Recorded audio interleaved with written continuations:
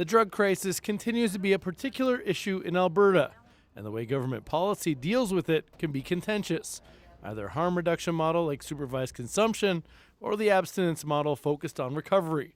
The latest Alberta data shows a current downward trend in overdose deaths over April, May, and June of this year, the lowest being 87 over the most recent months. It's quite stark when you compare that to last year, when there was around 200 people dying per month.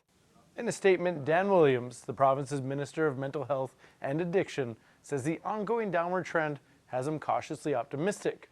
Williams also touts the Alberta recovery model, but he acknowledges the data is preliminary. People who are just trying to survive the drug toxicity crisis.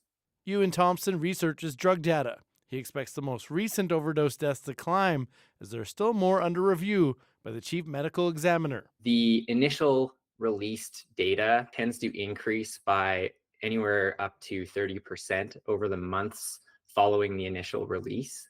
And yet the data are politicized and used for political purposes in those weeks following the initial release. Critics point out that there may be other explanations for there being fewer overdose deaths this year. One is the change in the drug supply. That is episodic. That can get worse again. I think that's important to note that can be up and down. The second piece is changes around behavior for the people who are actually using drugs.